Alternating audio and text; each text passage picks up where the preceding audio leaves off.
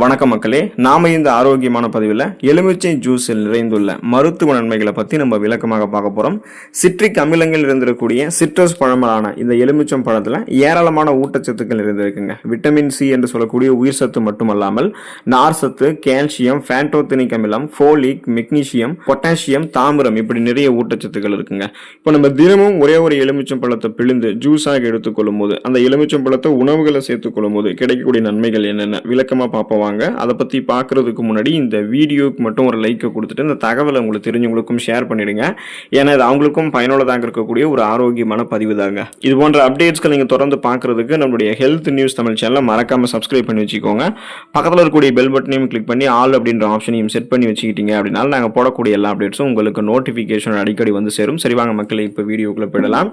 நோய் எதிர்ப்பு சக்தி திறனை அதிகரித்துக் கொள்வதற்கு நீங்க எலுமிச்சம் பழத்தை வந்து எடுத்துக்கொள்ளலாங்க. ஸோ எலுமிச்சம் பழங்கள் அதிகமாக இருக்கக்கூடிய விட்டமின் சி என்று சொல்லக்கூடிய உயிர் சத்து நம்முடைய உடலுக்கு நோய் எதிர்ப்பு சக்தியை கொடுக்கக்கூடியதுங்க. ஒவ்வொருவருக்குமே பார்த்தீங்கன்னா ஒரு நாளைக்கு தேவையான விட்டமின் சி அளவில் பாதியை ஒரு டம்ளர் எலுமிச்சை ஜூஸ் வந்து உங்களுக்கு வந்து கொடுத்துரும். அதாவது ஒரே ஒரு எலுமிச்சம் பழத்தை பிழிந்து நீங்கள் ஜூஸாக எடுத்துட்டீங்கன்னா அதுவே உங்களுக்கு பாதி விட்டமின் சி என்று சொல்லக்கூடிய உயிர் சத்தை கொடுத்து நோய் எதிர்ப்பு சக்தியை கொடுக்கும்.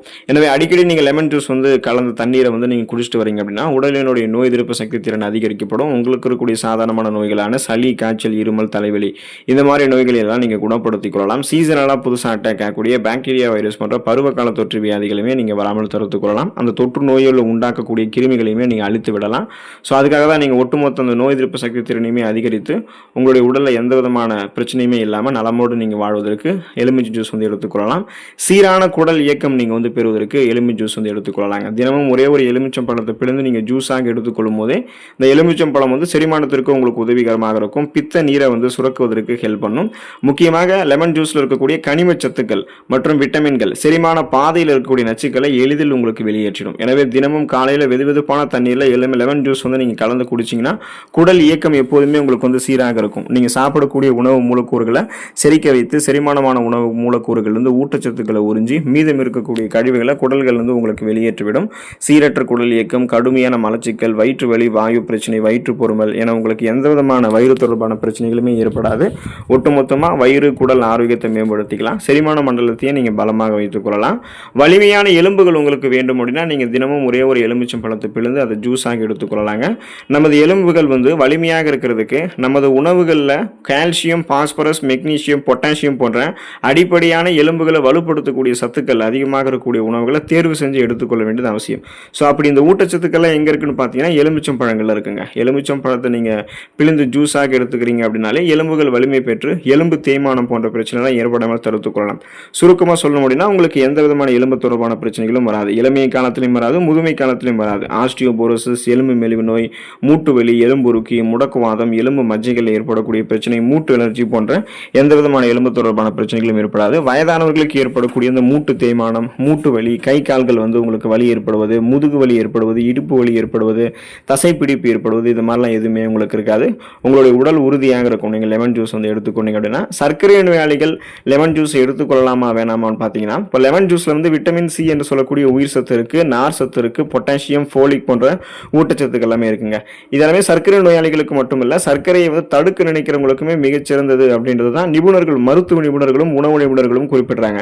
எனவே சர்க்கரை நோயாளிகள் தினமும் காலையில் 11 மணி அளவில் லெமன் ஜூஸ் கலந்து நீங்க வந்து சர்க்கரை தண்ணீரோட கலந்து பார்த்தீங்க அப்படின்னா, எனவே சர்க்கரை நோயாளிகள் தினமும் காலையில் 11 மணி அளவில் லெமன் ஜூஸ் வந்து நீங்க கலந்த தண்ணீரை வந்து குடிச்சிட்டு வந்தீங்கன்னா ரத்தத்தில் சர்க்கரையினுடைய அளவு உங்களுக்கு கண்ட்ரோல் ஆகிடும். உடனடி உங்களுடைய உடலுக்கு எனர்ஜி, அந்த ஆற்றல் வந்து கிடைக்க ஆரம்பிக்கும். உடலுக்கு வந்து புத்துணர்ச்சி கிடைக்கும் அப்படின்றது தான் மருத்துவ நிபுணர்கள் சொல்றாங்க.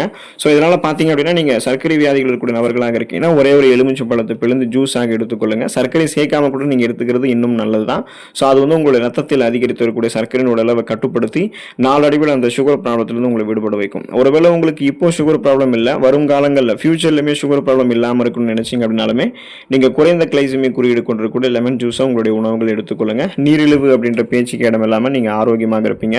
உங்களுடைய உடல் எடையை எந்த விதமான பக்க விளைவுகளும் இல்லாமல் ஆரோக்கியமான முறையில் குறைக்கணும் அப்படின்னு ஒரு எனர்ஜி ட்ரிங்க்ஸ் நீங்கள் தேடிக்கிட்டு இருக்கீங்கன்னா நீங்கள் லெமன் ஜூஸ் எடுத்துக்கலாங்க. அதுக்கான காரணம் என்னென்னா நாம் எடுத்துக்கூடக்கூடிய இந்த லெமன் ஜூஸில் வந்து பெக்டின் அப்படின்னு சொல்லக்கூடிய கரையக்கூடிய நார் சத்து இருக்குது. ஸோ இது வந்து உடல் எடையை குறைக்கிறதுக்கும் உங்களுக்கு பெரிதும் உதவிகரமாக இருக்கும். எனவே நீங்கள் லெமன் ஜூஸ் வந்து குடிச்சிட்டு வரணும். தொடர்ந்து குடிச்சிட்டு வந்தீங்க அப்படின்னா உடலில் இருக்கக்கூடிய தேவையற்ற கொழுப்புகள்லாம் உங்களுக்கு வந்து ஆட்டோமேட்டிக்காக கரைய தொடங்கும்.